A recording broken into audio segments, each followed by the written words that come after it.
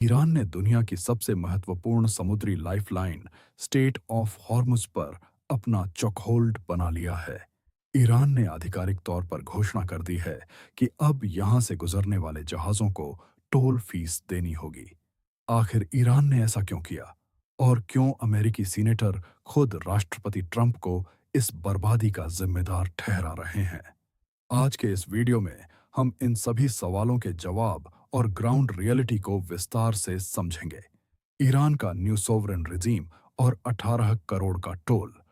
दोस्तों, ईरान का यह कदम पूरी दुनिया के लिए एक बड़ा झटका है।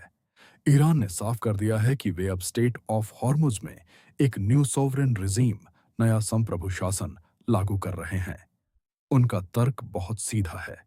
युद्ध में भारी खर्चा होता है और वे इसके जरिए उन डैमेजेस की भरपाई करना चाहते हैं जो अमेरिका की वजह से हुए हैं।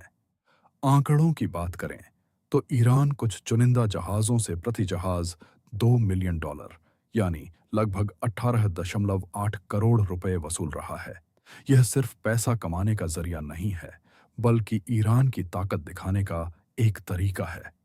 वे दुनिया को मैसेज दे रहे हैं कि इस वाटरवे पर उनकी अथॉरिटी आज अमेरिका से भी बड़ी है।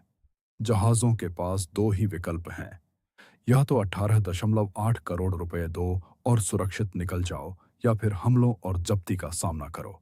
इस फैसले का सबसे बड़ा असर अमेरिका की आंतरिक राजनीति पर पड़ा है।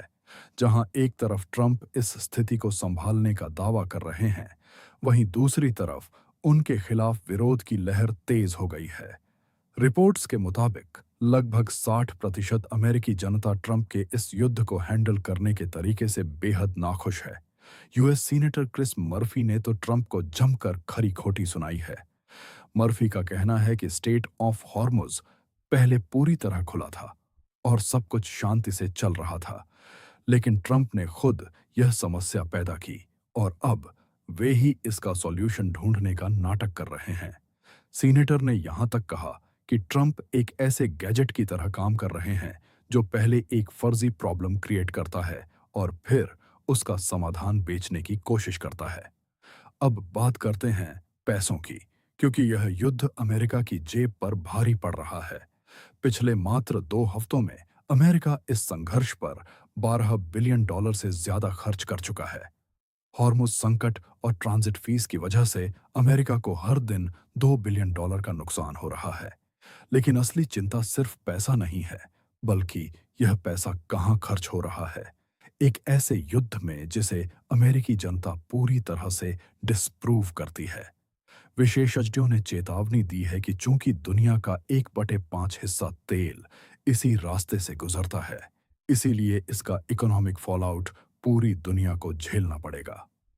श्रीलंका और वियतनाम जैसे देशों की आर्थिक स्थिति इसके शुरुआती उदाहरण मात्र हैं। यहाँ सबसे दिलचस्प बात यह है कि राष्ट्रपति ट्रंप और जमीनी हकीकत में जमीन आसमान का फर्क है। ट्रंप दावा कर रहे हैं कि उनकी बातचीत बहुत सफल हो रही है और उन्होंने सीज फायर की डेडलाइन 6 अप्रैल तक बढ़ा दी है। लेकिन ईरान का स्टैंड इसके बिल्कुल उलट है। ईरान ने साफ कहा है कि उनकी कोई सीधी बातचीत नहीं हो रही है। उन्होंने अपनी कुछ कठोर शर्तें अमेरिका को दे दी हैं और कहा है कि जब तक उन शर्तों को नहीं माना जाता, वे टेबल पर बातचीत के लिए नहीं बैठेंगे। इस बीच स्थिति और भी गंभीर हो गई है, क्योंकि जब ट्रंप शांति की बात कर रहे थे, उसी दिन इजरायल ने ईरान पर एक बड़ा हमला कर दिया। एक्सपर्ट्स का मानना है कि ट्रंप केवल बाइंग टाइम, समय बिता रहे हैं ताकि शेयर बाजार को गिरने से बचाया जा सके, जबकि उन्हें खुद नहीं पता कि आगे क्या करना है। तो दोस्तों, ईरान ने हॉर्मुज पर अपना चॉकहोल्ड मजबूत कर लिया है और अमेरिका अपने ही बनाए जाल में फंसता नजर आ रहा है। ईरान की ट्रांजिट फीस उनकी ताकत का प्रतीक बन गई है और 6 अप्रैल की डेडलाइन करीब है।